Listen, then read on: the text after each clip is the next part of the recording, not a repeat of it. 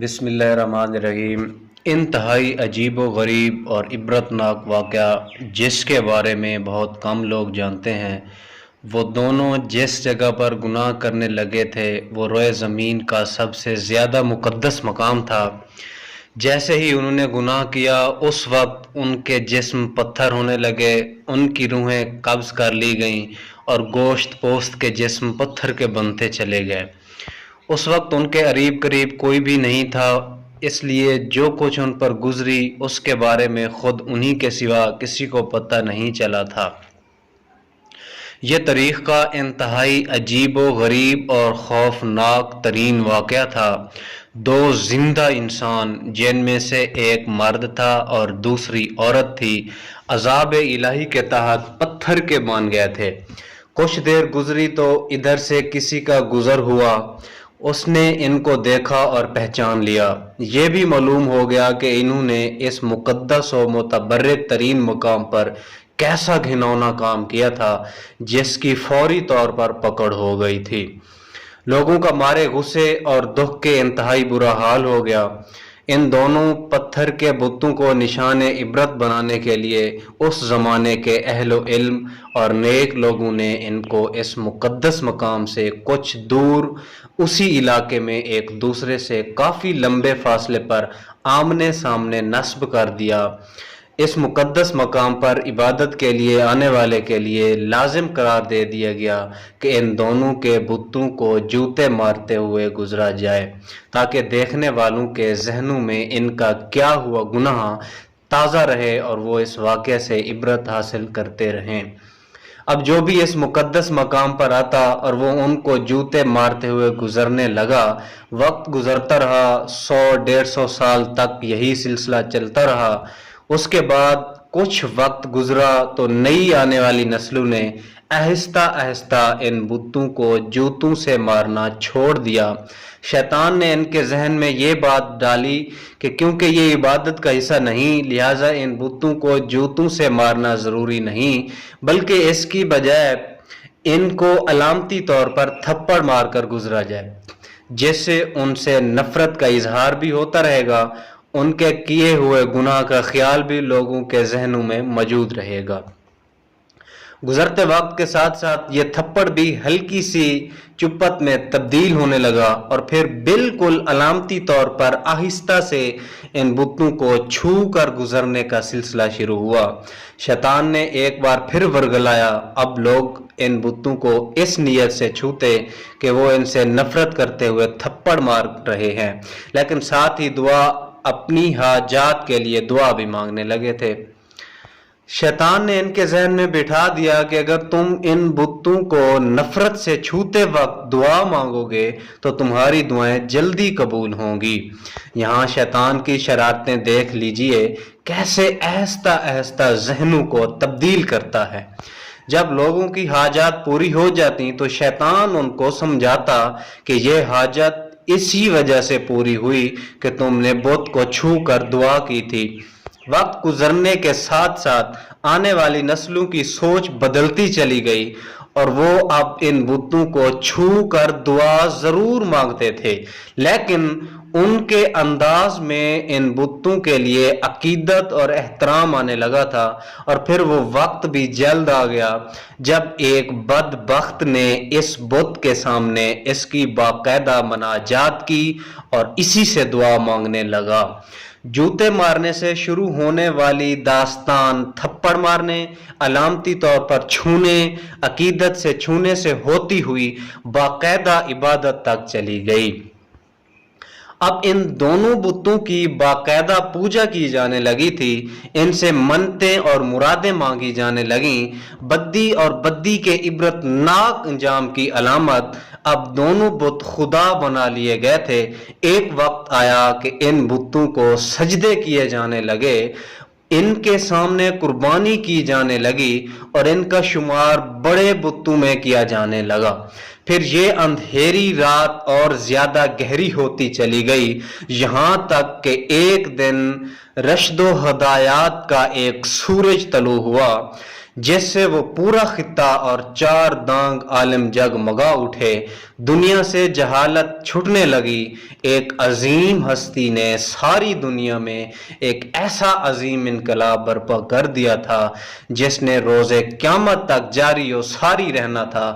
ایک دن عرب کا وہ بادشاہ جو غریبوں کا والی اور بے کسوں کا سہارا تھا، فاتح بن کر اس مقدس زمین میں آن پہنچا۔ ان کی ایک نگاہ سے بت اور بت پرست ٹوٹ کر بکھرنے لگے، لوگ توبہ طائب ہو کر بتوں سے دور ہونے لگے، سب کو اپنے سچے خالق و مالک کی پہچان ہونے لگی۔ ہزاروں سال سے یہ پیاسی زمین، یہ کرۂ ارض ہدایت سے سیراب ہونے لگی۔ زمین و آسمان کی مخلوقات نے حیرت سے اس عظیم و شان انقلاب کا منظر پہلی بار دیکھا تھا۔ ایک دن آپ صلی اللہ علیہ وسلم اپنے سب سے پیارے ساتھی حضرت علی رضی اللہ تعالی عنہ کے ساتھ خانہ خدا میں داخل ہوئے۔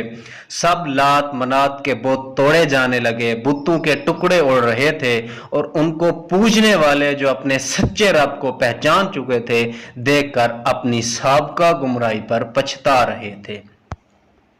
آپ صلی اللہ علیہ وسلم بتوں کو ریزہ ریزہ کر رہے تھے اور ساتھ ساتھ یہ آیت بھی دہراتے جا رہے تھے کہ حق آیا اور باطل مٹ گیا۔ بے شک باطل مٹنے کے لیے ہی ہوتا ہے۔ اس کے بعد آپ صلی اللہ علیہ وسلم ان دونوں انسانی بتوں کی جانب متوجہ ہوئے جنہیں کئی سو سال پہلے ایک گناہ کی پکڑ میں پتھر کا بنا کر نمونہ عبرت بنا دیا گیا تھا۔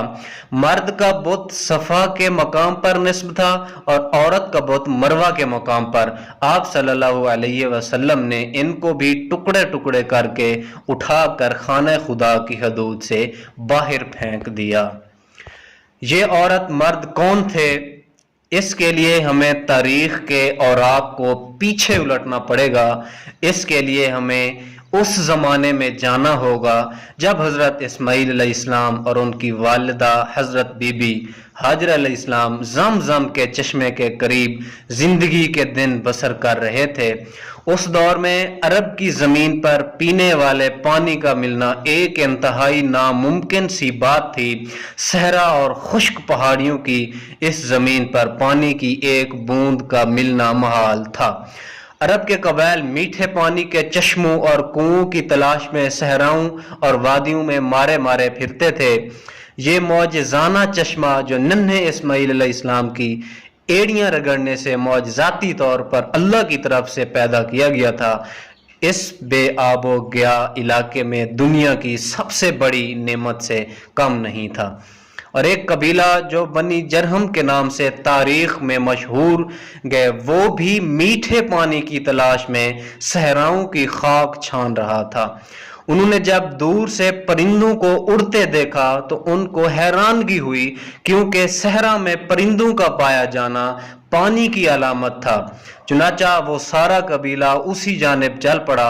انہوں نے جب ایک خاتون اور چھوٹے سے بچے کو اس ٹھنڈے میٹھے پانی کے چشمے کے قریب دیکھا تو وہ بہت حیران بھی ہوئے، اور اس علاقے میں جہاں پانی کا نام و نشان تک نہیں تھا، اللہ کی قدرت سے ایک چشمے کو رواں دیکھ کر بے حد حیران ہوئے۔ انہوں نے حضرت بی بی ہاجرہ علیہ السلام سے اس چشمے کے قریب رہائش اختیار کرنے کی اجازت مانگی۔ حضرت ہاجرہ علیہ السلام نے ان کو اجازت دے دی اور ساتھ میں یہ بھی کہا کہ اس چشمے کا پانی ضرور استعمال کرو، لیکن یہ اللہ کی امانت ہے، اس پر کسی کا بھی کوئی مالکانہ حق نہیں ہوگا۔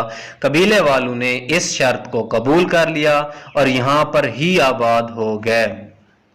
جب وقت گزرنے لگا، جب حضرت اسماعیل علیہ السلام تو بی بی ہاجرہ علیہ السلام نے نوجوان اسماعیل کی شادی اسی قبیلہ جرہم کی ایک لڑکی سے کر دی، اور یوں رفتہ رفتہ حضرت اسماعیل علیہ السلام کی اولاد خوب پھلی پھولی، اور یوں مکہ جس کا اصل نام بکہ تھا ایک آبادی کی شکل اختیار کر گیا۔ قبیلہ جرہم والے کافی عرصہ تک تو سیدھے راستے پر رہے، لیکن پھر آہستہ آہستہ ان میں خرابی پیدا ہونا شروع ہو گئی۔ اب انہوں نے کعبہ شریف کا انتظام سنبھال لیا اور حج کے لیے آنے والے لوگوں سے ملنے والا ہدیہ خود سمیٹنے لگ گئے، اور یوں رفتہ رفتہ ان کے اندر جرائم پیدا ہونے شروع ہو گئے۔ تب اللہ تعالیٰ نے ان کو سزا دینے کے لیے ان سے زمزم چھین لیا، اور زمزم کا پانی خشک ہو گیا۔ وقت گزرنے کے ساتھ ساتھ زمزم کے نشان تک مٹ گئے۔ اب کسی کو معلوم بھی نہیں تھا کہ یہاں زمزم نام کا کوئی چشمہ ہوا کرتا تھا۔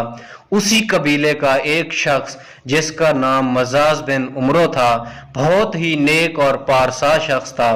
اس نے قوم کو بہت سمجھایا، ان کو بہت سے خطبے دیے، ان کے عذاب سے ڈرایا، اللہ کے عذاب سے ڈرایا، لیکن ان پر کوئی اثر نہ ہوا۔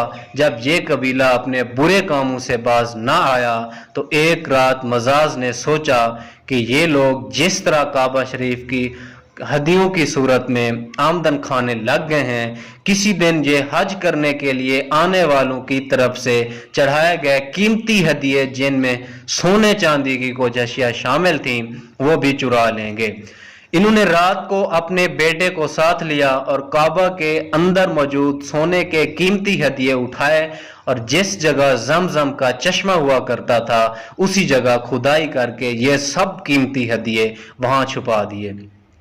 اب جیسا کہ اللہ تعالیٰ کسی قوم کے بگڑنے پر اس قوم کو کسی دوسری قوم کے ہاتھوں عذاب دیتا ہے، اس قوم کو بھی عذاب دینے کا فیصلہ کر لیا گیا، اور ایک اور قبیلے بنی خزاع کو ان پر مسلط کر دیا۔ بنی خزاع والوں نے بنی جرہم کو مار مار کر مکہ سے نکال دیا۔ ان کے قبیلے کے کثیر تعداد میں افراد کو قتل بھی کر ڈالا، اور یوں لٹے پٹے بنی جرہم یمن میں جا کر آباد ہو گئے۔ اسی زمانے میں اس قبیلے کے ہاں ایک لڑکے اور لڑکی نے جنم لیا۔ لڑکے کا نام عیسیٰ بن یلا تھا اور لڑکی کا نام نیلہ بنت زید تھا۔ دونوں جب جوان ہوئے تو ایک دوسرے کے عشق میں گرفتار ہو گئے، اور انہوں نے آپس میں ناجائز تعلقات قائم کر لیے۔ ایک بار یہ دونوں حج کے لیے ایک قافلے کے ہمراہ مکہ مکرمہ گئے۔ خانہ کعبہ میں ان کو تنہائی میسر آئی تو انہوں نے ایک کبیر فعل کرنے کا ارادہ کر لیا۔ چنانچہ جیسے ہی گناہ کے مرتکب ہوئے تو انہیں عذاب الہی نے آن گھیرا۔ یوں وہ پتھر کے بت بنا دیے گئے۔ اس کے آگے کے حالات آپ نے تحریر کی ابتدا میں پڑھ لیے ہیں۔ جب ان کے بت نبی کریم صلی اللہ علیہ وآلہ وسلم نے خانہ کعبہ کی حدود سے باہر پھینکوا دیے تو اس وقت مسلمانوں کے ذہن میں صفا و مروہ کے دوران سعی کے بارے میں شک و شبہ پیدا ہو گیا۔ وہ سوچنے لگے کہ کیونکہ صفا و مروہ پر دونوں کے بت پہلے نصب تھے جن کا طواف جاہلیت کے زمانے میں کیا جاتا تھا، لہٰذا اب ان کا صفا و مروہ کا طواف کہیں ان بتوں کی یاد میں طواف نہ ثابت ہو، جس کی وجہ سے ان پر بھی اللہ کا عذاب نازل نہ ہو جائے۔ اس پر سورہ بقرہ کی آیت نمبر 158 نازل ہوئی، جس میں اللہ تعالیٰ نے ارشاد فرمایا، بے شک صفا اور مروہ اللہ کی نشانیوں میں سے ہے، سو جو شخص حج کرے بیت اللہ کا یا عمرہ کرے تو نہیں ہے کچھ گناہ اس پر جو سعی کرے ان دونوں کے درمیان، اور جو شخص خوش دلی سے کرتا ہے کوئی نیک کام تو بے شک اللہ ہے قدردان، سب کچھ جاننے والا ہے۔ جزاک اللہ خیرہ۔